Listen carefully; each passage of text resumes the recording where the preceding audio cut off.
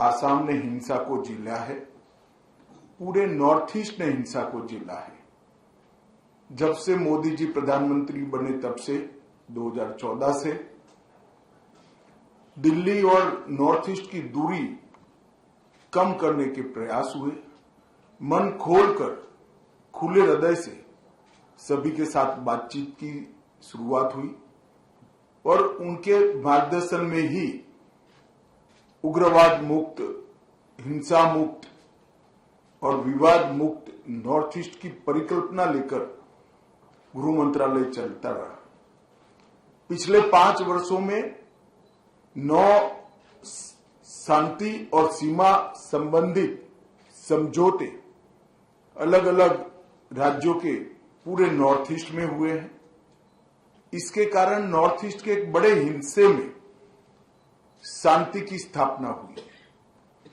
Record पर 9,000 से ज्यादा काडर ने सरेंडर किया है और आसाम की मैं बात करूं तो 85% आसाम में से अब सपा को हटाया जा रहा है और आज भारत सरकार, आसाम सरकार और United Liberation Front of Assam ULFA, उसके बीच में जो ट्राई पार्टी समझौता हुआ है, इससे आसाम के सभी हथियारी ग्रुपों की बात को यहीं पर समाप्त करने में हमें सफलता मिल रही है।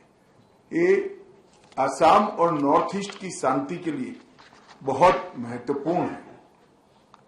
आज इस एमओयू के माध्यम से उल्फा के प्रतिनिधियों ने सभी हथियार और गोला बारूद को आत्मसमर्पण करने के लिए, सशस्त्र संगठन को भंग करने के लिए, कैडरों के कब्जे वाले सभी शिविर को अतिशीघ्र खाली करने के लिए और लोकतांत्रिक प्रक्रिया में शामिल होने के लिए, देश की एकता और अखंडता में सहभागी होने के लिए सबने सहमति दी है। ये मेरे लिए बहुत आनंद का विषय है।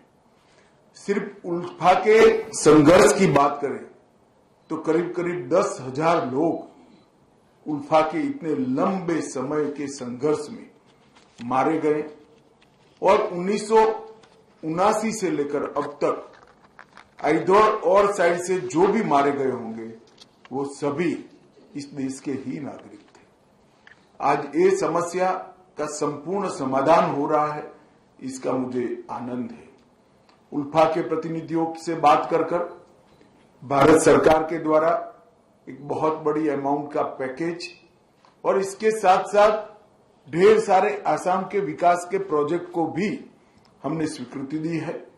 मैं आप सभी को विश्वास दिलाना चाहता हूं कि समझौते की एक एक बात का फुल स्टॉप कॉमा में टाइम बाउंड मैनर में अमल किया जाएगा और आपके विश्वास पर नरेंद्र मोदी सरकार खरी उतरेगी, ये मैं आपको विश्वास दिलाना चाहता हूं। मित्रों, आसाम की ही बात करें तो मोदी जी की सरकार बनने के बाद घटनाओं में 87% की कमी हुई, मृत्यु में 90% की कमी हुई है और अपहरण में 84% की कमी हुई है और अकेले आसाम में अब तक 7500 कैडर ने सरेंडर किया है और इसमें आज 700 की संख्या बढ़ जाएगी। तो अकेले आसाम में 8,200 कैडर का सरेंडर होना ये आसाम के लिए शांति के नए युग का सूत्रपात है। समझौते जो हुए, समझौते से समाधान तक की पूरी यात्रा को मैं जरूर बताना चाहूंगा।